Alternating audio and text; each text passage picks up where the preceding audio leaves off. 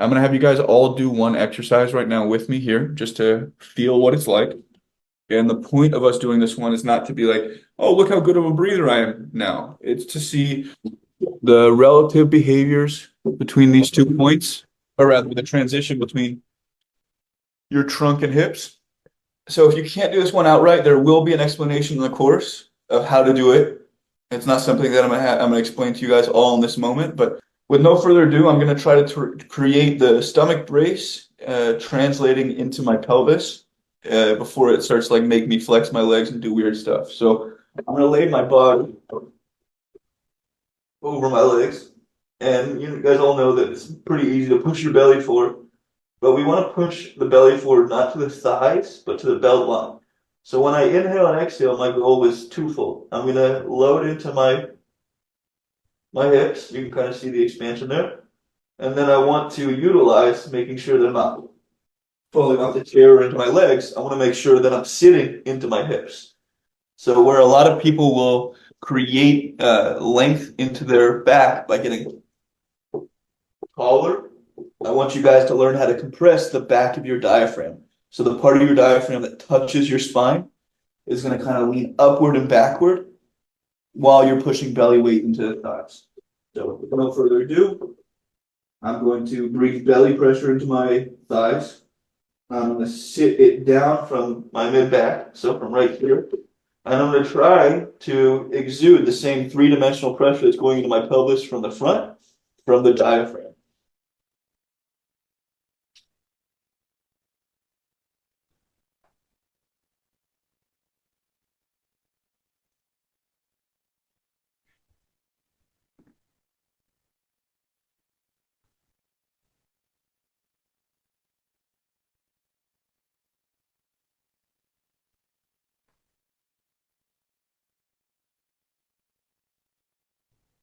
So there's a point where it feels like the back starts to be lifted, and it's not going to be lifting vertically upward. It's going to be lifting slightly backward and downward so that we can feel ourselves take what is our belly fullness and push it toward the diaphragm in the back, without pulling it backward. So I'm not trying to vacuum my belly back. I want to feel like when I push it forward, there's a displacement backward into my diaphragm. Abs bracing, good, bad, neutral.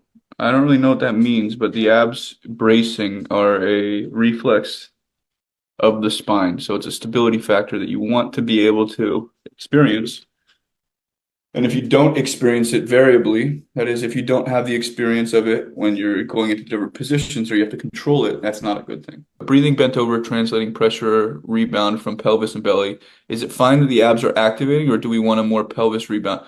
No, you're absolutely, yes, great question. You do want the pelvis to, the rebound, I love that you described it like that. But a large portion of what allows for us to create breath is that rebounding pressure. If you release all your pressure, you won't have an underlying supply to breathe against and displace.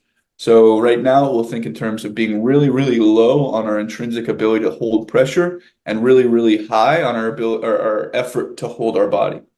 So we're going to, over time, reduce that sympathetic activation and get access back to the other parts of our body that make this stuff easier. And so a large portion of the course is, how do I breathe with my arms? How do I breathe with the connection between neck and head? That was that one exercise we did with that bottle. And someone immediately said, I got a way deeper breath in that one. It's a forced exhale or just a release of pressure? There's no release of pressure. What is a release of pressure? We are displacing pressure into the pelvis, but a release of pressure would be like, it is the encumberment of pressure. You're putting pressure in, and then from that pressure, you're learning how to like poop it into your pelvis. But don't you worry, most of these things, because it's not the actual course, I'm not running you guys through all the cues. It's just a way to see where we're at. Why is it that I feel a lot of these sensations, but my airway still feels closed? I would assume that you need to do a little bit more at the top with the Valsalva and the Mueller. But this is the exact thing we're talking about. That's a great question. Why is it that I feel a lot of these sensations, but my airway still feels closed? Well, if we don't mature well with the pressure cavities, the displacement or like the natural behavior of, say, if we had a lot of pressure in our core, but we're really diminished up here in our neck, core A, the likelihood is we're going to disperse pressure where it goes, right? So the tension that we're holding on to, we might be resisting where we're trying to put it. And that's why we start in the head. And you'll see in this next question, the feeling of increased pressure in the head during the last exercise is very uncomfortable. Is that something your body gets more comfortable with through repetition over time? No. You should not be feeling discomfort in your head. That would be an indication that your head does not manage its pressure well. So to the same effect, like I said, with the person before you had throat closure, you're having head pressure issues. I would suggest that they're all to the same effect. How much sinus pressure, how much throat compression, all the choreograph behaviors working together are probably a little funky. You may shorten the length of an inhale, or you may. So to everyone experiencing dizziness, I promised you, this is a normal experience. It just means that the pressure is like not well facilitated in the body, and that's because majority of breathing sequences are not intended to equalize pressure. They're intended to get you at the level that your nervous system's at. So your breath is designed to like, or, and because you don't really have a fine motor control in that ability, there's probably when you do transition between levels of intensity or effort, you probably feel the burden because their transitional points aren't helping you transition those pressures. And remember, a diaphragm is a transition.